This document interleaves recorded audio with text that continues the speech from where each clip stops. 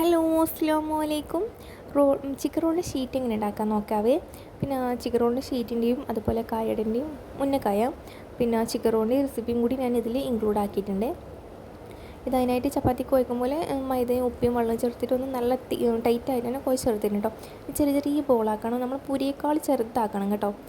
ഇത് മാതിരി ചെറിയതാക്കിയിട്ടുള്ളൂ. അതിൻ്റെ ജസ്റ്റ് ഒന്ന് പരത്തി ഇങ്ങനെ ചെറിയൊരു രീതിക്ക് പരത്തിയെടുക്കാം കേട്ടോ.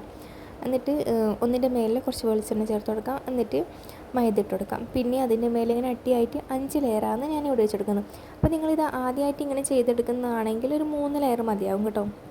ചിലപ്പോൾ 5 ചെയ്തിട്ട് നിങ്ങൾക്കത് ഷീറ്റ് ഇങ്ങനെ ഓരോന്നോരോന്ന് വലിച്ചെടുക്കാൻ വേണ്ടിക്ക് എന്തെങ്കിലും ബുദ്ധിമുട്ടായെങ്കിലോ എന്ന് വിചാരിച്ചിട്ടാണ് പറയുന്നത്. ആദ്യമായിട്ട് ചെയ്യുന്നവരാണ് 3 ചെയ്യുക, എന്നിട്ട് പിന്നെ 4 ആക്കുക, പിന്നെ 5 ആക്കുക, അങ്ങനെ ചെയ്യുക. ഇപ്പം കുറേ നാളെ ഇങ്ങനെ ചെയ്യുന്നത്, അതുകൊണ്ടാണ് 5 ലെയറായിട്ട് ഇങ്ങനെ ചെയ്തെടുക്കുന്നത് കേട്ടോ. അതായത് ഒന്നിൻ്റെ മേലെ വെളിച്ചെണ്ണ വെച്ച് പിന്നെ മൈദ ഇട്ട് പിന്നെ ഒന്ന് വെച്ച് വെളിച്ചെണ്ണ ഇട്ട് മൈദ ഇട്ട് അങ്ങനെ ചെയ്തെടുക്കാം കേട്ടോ. വീട്ടിൽ കാണുമ്പോൾ മനസ്സിലാവും. ഞാൻ സ്പീഡായിട്ട് പോകുന്നത് ഒരുപാട് ലെങ്തി ആക്കേണ്ട വീഡിയോ എന്ന് വിചാരിച്ചിട്ടാണ്. എന്നിട്ട് ഇതിങ്ങനെ നല്ലതുപോലെ ഒന്നിങ്ങനെ പരത്തിയെടുക്കാം കേട്ടോ. നല്ല നേരിയതായിട്ട് തന്നെ പരത്തിയെടുക്കാം. ഇങ്ങനെ ചെയ്യുമ്പോൾ നമ്മൾ ഈ റോള് നല്ല തിന്നായിട്ടും നല്ല ക്രിസ്പി ആയിട്ടും കിട്ടും മാതിരിക്കട്ടെ. നല്ല ചൂടോടെ കഴിക്കാൻ നല്ല ഇതാണ്. ഇതെന്നിട്ട് ഫ്രൈ പാൻ ചൂടായിട്ടുണ്ട്, അതിലേക്ക് ഇട്ട് കൊടുക്കുക. എന്നിട്ട് തിരിച്ച് അങ്ങോട്ടും ഇങ്ങോട്ടും തിരിച്ചിട്ടിട്ടൊന്ന് നമുക്ക് ഇത് ചെയ്തെടുക്കാം കേട്ടോ. വേവിച്ചെടുക്കാമെന്നല്ല, ഒരുപാട് ടൈം ഇങ്ങനെ വെച്ചിട്ട് നല്ലതുപോലെ ഇങ്ങനെ ബ്രൗൺ കളറിന് ചേഞ്ച് ആവാൻ വേണ്ട. അങ്ങനെയാകുമ്പോൾ പിന്നെ ഭയങ്കര ഹാർഡായിപ്പോൾ. ജസ്റ്റ് ഒന്ന് ഒരു കളർ ചേഞ്ചിങ് മാത്രം, ഇങ്ങനെ ചെറുതായിട്ടൊരു കളർ ചേഞ്ചിങ്ങിന് ആയാൽ മതി. അപ്പോൾ തന്നെ റെഡി ആയി കിട്ടും. ഒരുപാട് ഇങ്ങനെ കുക്ക് ചെയ്യാൻ നിൽക്കരുത്.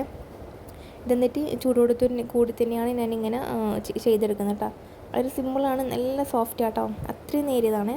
ഇനി ചിക്കൻ കൊണ്ട് ഫില്ലിങ്ങിൻ്റെ വേണ്ടിക്ക് ഞാനിത് ചിക്കൻ ഫ്രൈ ചെയ്ത് വെച്ചിട്ടുണ്ട്. പിന്നെ ഉള്ളി കട്ട് ചെയ്തിട്ടുണ്ട്. ആ ഫ്രൈ ചെയ്ത പാനിൽ തന്നെ ഞാൻ മസാല ആക്കി കൊടുക്കുന്നു കേട്ടോ. അപ്പോൾ ഉള്ളി ചേർത്ത് കൊടുക്കാം. എന്നിട്ട് അതിലേക്ക് ആവശ്യത്തിന് ഉപ്പിട്ട് കൊടുക്കാം. പിന്നെ ഇഞ്ചി വെളുത്തുള്ളി പച്ചമുളക് ചേർത്ത് കൊടുക്കാം. പിന്നെ മഞ്ഞൾപ്പൊടി, കുറച്ച് കുരുമുളക് പൊടി ചേർത്ത് കൊടുക്കാം. എരിവൊക്കെ നോക്കിയിട്ട് പച്ചമുളകൊക്കെ ചേർത്ത് കൊടുക്കാം കേട്ടോ. ഈ ഒരു ഫില്ലിങ്ങിൻ്റെ റെസിപ്പി ഞാൻ മുന്നേ അപ്ലോഡ് ആക്കിയെന്ന് തോന്നുന്നു, അതുകൊണ്ട് ഞാൻ ജസ്റ്റ് ഒന്ന് ഇങ്ങനെ പറഞ്ഞു പോകുന്നില്ല കേട്ടോ. പിന്നെ കുരുമുളക് മഞ്ഞൾപ്പൊടി വേറെ മുളക് പൊടി ഒന്നും ചേർക്കുന്നില്ല കേട്ടോ.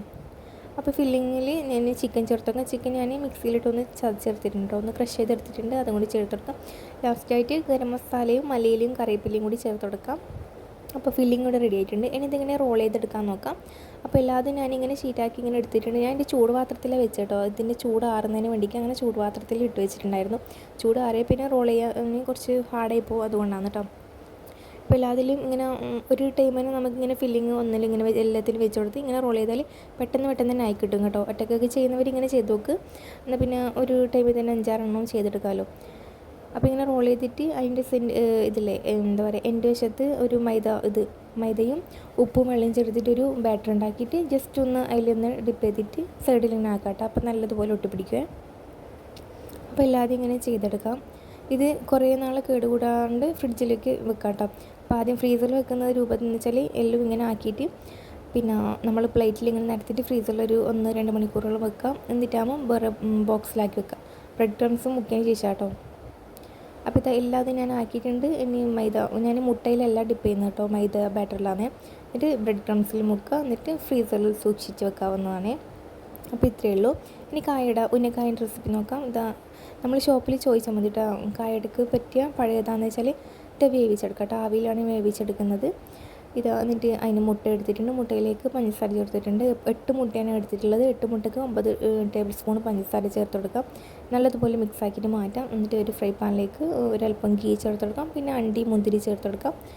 അതൊന്ന് മുന്തിരിയൊക്കെ ഒന്ന് ഇതായിട്ട് വരുമല്ലോ, ബ്രൗൺ കളറായിട്ട് വരുമ്പോൾ അതിലേക്ക് മുട്ട ചേർത്ത് കൊടുക്കാം കേട്ടോ. മുട്ടയിലേക്ക് ആദ്യം തന്നെ പഞ്ചസാര ചേർത്ത് കൊടുക്കുന്നത് ഇതിലിങ്ങനെ ഇളക്കണ്ടെന്ന് വിചാരിച്ചിട്ട് കേട്ടോ. ഇങ്ങനെ കട്ട പിടിച്ച മാതിരിക്ക് ഉണ്ടാവും ഇടയ്ക്ക്. അപ്പോൾ ഞാൻ ഇതിൽ തേങ്ങ ഒന്നും ചേർക്കുന്നില്ല. നമ്മൾ ഇങ്ങോട്ട് തേങ്ങ ഒന്നും ചേർക്കില്ല കേട്ടോ, വെറും മുട്ടയിൽ മാത്രമാണ് ചെയ്തെടുക്കുന്നത്. നല്ലതുപോലെ ഇളക്കി കൊടുക്കാം. ഒരല്പം പിന്നെ ഏലക്കാപ്പൊടിയും കൂടി ചേർത്ത് കൊടുക്കാം. നമ്മുടെ കായയുടെ ഫില്ലിങ് റെഡി ആയിട്ടോ. അപ്പോഴേക്കും നമ്മൾ കായ് നല്ലതുപോലെ ഇങ്ങനെ വെന്ത് വന്നിട്ടുണ്ട് കേട്ടോ. നല്ലതുപോലെ ഒന്ന് എന്തെങ്കിലും കയ്യിലോ അല്ലെങ്കിൽ ഗ്ലാസ് അവൻ്റെ വെച്ചിട്ട് ഒന്ന് നല്ലതുപോലെ ഉടച്ചെടുക്കാം. അതിനുള്ളിൽ ഫില്ലിങ് വെച്ചെടുക്കാം കേട്ടോ. എന്നിട്ട് ഇങ്ങനെ റോൾ ചെയ്തെടുക്കാം. റോൾ എങ്ങനെ ചെയ്യുന്നത് വെച്ചാൽ 2 കൈയും ഇങ്ങനെ ഇട്ട് ഒരു കൈ വെച്ചിട്ട് മറ്റേ കൈയോട് ഇങ്ങനെ ഉരുട്ടി ഇങ്ങനെ കൊടുക്കട്ടോ. ഒറ്റ കൈയോട് മാത്രമല്ല 2 കൈ വെച്ചിട്ട് ഇങ്ങനെ ഞാൻ വീഡിയോയിൽ കാണുന്ന പോലെ ചെയ്താൽ മതി. ഞാൻ സ്പീഡിൽ കാണിച്ചത് ഒരുപാട് ഞാൻ എന്തൊന്നും വലിച്ചു വാരി ചളമാക്കി കുളമാക്കുന്നില്ല എന്ന് വിചാരിച്ചിട്ടാണ്, ഓവർ വീഡിയോ ലെങ്ത് ആക്കണമെന്ന് വിചാരിച്ചിട്ടാണ് കേട്ടോ. അപ്പോൾ അതുപോലെ ചെയ്താൽ മതിയാവും. ഞാനിതാണ് ഇങ്ങനെ എന്താ പറയുക സെയിൽ ചെയ്യുന്നു കേട്ടോ. അപ്പോൾ വീട്ടിലൊരു വരുമാനം ഉണ്ടാക്കണം എന്നുള്ള ഉദ്ദേശമാണെങ്കിൽ ഇങ്ങനെ ചെയ്തിട്ട് നമ്മൾ ഫില്ലിങ്ങൊക്കെ ചിക്കനായാലും കായടയ്ക്ക് നല്ല ഫില്ലിങ്ങൊക്കെ വെക്കാൻ നല്ല ടേസ്റ്റോട് കൂടി നല്ല രീതിക്ക് കൊടുത്താലും നമുക്ക് പിന്നെ ഓർഡറൊക്കെ കിട്ടും. അപ്പോൾ കായയുടെ നമ്മൾ ഫ്രീസ് ചെയ്ത് വെക്കുമ്പോഴും ആദ്യം ഒരു പ്ലേറ്റിൽ ഇങ്ങനെ നിരത്തിയിട്ട് ഫ്രീസ് ചെയ്ത് വെക്കുക, എന്നിട്ട് ഒരു ബോക്സിലാക്കി വെക്കുക. എന്നാൽ കുറേ കാലം കേടുകൂടാണ്ട് സൂക്ഷിക്കാൻ പറ്റുക. അപ്പോൾ ഇത് ഞാനിപ്പോൾ ഫ്രിഡ്ജിൽ വെക്കുന്നത്, ഇത് ഫ്രീസ് ചെയ്യേണ്ടെന്ന് അവർ പറഞ്ഞിട്ടുണ്ടായിരുന്നു. അതുകൊണ്ടാണ്. അപ്പോൾ ഇന്നത്തെ വീഡിയോ ഇത്രയേ ഉള്ളൂ. Thank you.